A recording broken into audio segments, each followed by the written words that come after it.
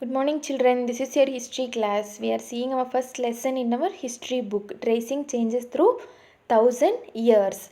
Yes, in our previous class, we have saw about new social and political groups, and then about manuscripts and difficulties in manuscripts, that is the difficulties faced by our historians in copying the manuscripts, and about emergence of new groups like Rajputs, Marathans, Ahums and Sikhs, and then about the divisions of Jadis also. Yes, today we are going to see the fifth and sixth change, new regions and empire and old and new religions.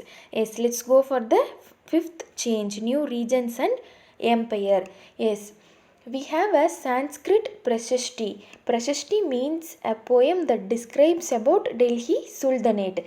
Yes, that prashasti says about Delhi Sultan Ghiyasuddin Balban that he was the ruler of a vast empire that stretched from Bengal in the east to Ghazni in Afghanistan in the west, and it included all of South India. Yes, he ruled over 21 years from 1266 to 1287. Yes, people of different regions like Gauda, Andhra, Kerala, Karnataka, Maharashtra and Gujarat were also surrendered before his armies. Yes, so entire South India, North India, Afghanistan and even Pakistan were also under his control. Yes, this was said in Prashasti, and historians now they found the data through the Prashasti.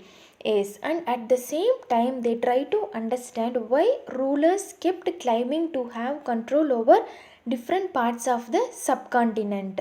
At that time there were small kingdoms and large empires were already established, but they could not be so stable in their ruling. One such kingdoms were Cholas, Tughlaqs and Mughals. Yes, so we came to know that in the south, that is Kerala or Karnataka or Tamil Nadu, we have Cholas influence or we have Ghalji's influence, and in the north we have Mughals influence. So we cannot say all these dynasties were very successful or very poor. Yes, all did not have the pan regional influence also. When the Mughal dynasty started to decline in the 18th century, then the local rulers started to influence their ruling, and then they asked all the people to follow their rules and follow their language and culture also. Yes, an empire spanning diverse region is known as pan regional empire. Yes, and then so these regions felt the impact of larger pan-regional forces. Yes, so by the Prashasti, the historians trying to say that there were many kingdoms and empires during the medieval period, like Ghiyasuddin Balban, who ruled a vast empires, and other rulers like Cholas, Tughlaqs, Ghaljis and Mughals, and then small kingdoms also established during the medieval history. Yes, and then we will go for the sixth change, old and new religions. Yes, there were several new developments and religions were emerged during the medieval history, that is Hinduism, idea of Bhakti and Islam. Yes, there were major developments in religious traditions during the medieval history, and the people deeply believed in the god, and then they believed that the supernatural agency and religion was often closely connected with the social and economic organization of local communities. Yes, and then during this period the important changes that occurred was the emergence of Hinduism. Yes, during medieval period it is the important changes of Hinduism. Yes, these included the worship of new deities. Deities means God, and the royal people started to construct temples for the new deities. And then the importance of Brahmanas, the priest, were also grew in the emergence. Yes,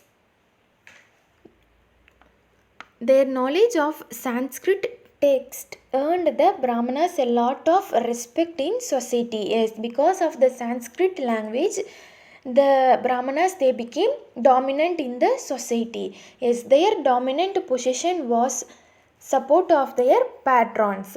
Patrons means an influential, wealthy individual who supports another person. And then one of the major developments of this period was the emergence of idea of bhakti. Yes, that means loving personal that a devotees could reach without the aid of priest or elaborate rituals. Yes, without any elaborate ritual and priest they can attain some uh, no, knowledge. Yes, then new religions appeared in the subcontinent. During 7th century, many merchants and migrants brought the teachings of Holy Quran to India. Yes, Quran it is the holy book of Muslim. Yes, it is considered as the holy book of Muslim, and they accept the sovereignty of the God, that is Allah, who love and whose loves and mercy and all those who believe in him. Yes, without any regard to social background. Yes, many rulers were the patrons of Islam and the ulama. And as like Hinduism, Islam was also explained in a variety of ways by its followers. Yes, there are two divisions in Muslims, that were Shia Muslims and Sunni Muslims. Yes, these Shia Muslims who believed that the prompt Muhammad's son-in-law Ali was the law leader of the Muslim community, and then the Sunni Muslims who accepted the authority of the early and succeeded leaders, that is Caliphs, as the leader of the community. Yes, there were other important difference between the various schools of laws, that is Hanafi and Safi were followed by the Muslims. Yes, these were the changes of old and new religions. Yes, there are lots of changes during the medieval history like Hinduism and Muslims. Yes, that's all children. Note down your homework. What do you mean by patron? Describe old and new religion. Why were Brahmanas dominated in the society during the medieval period? What are the divisions of Muslims? Yes, that's all children. Thank you.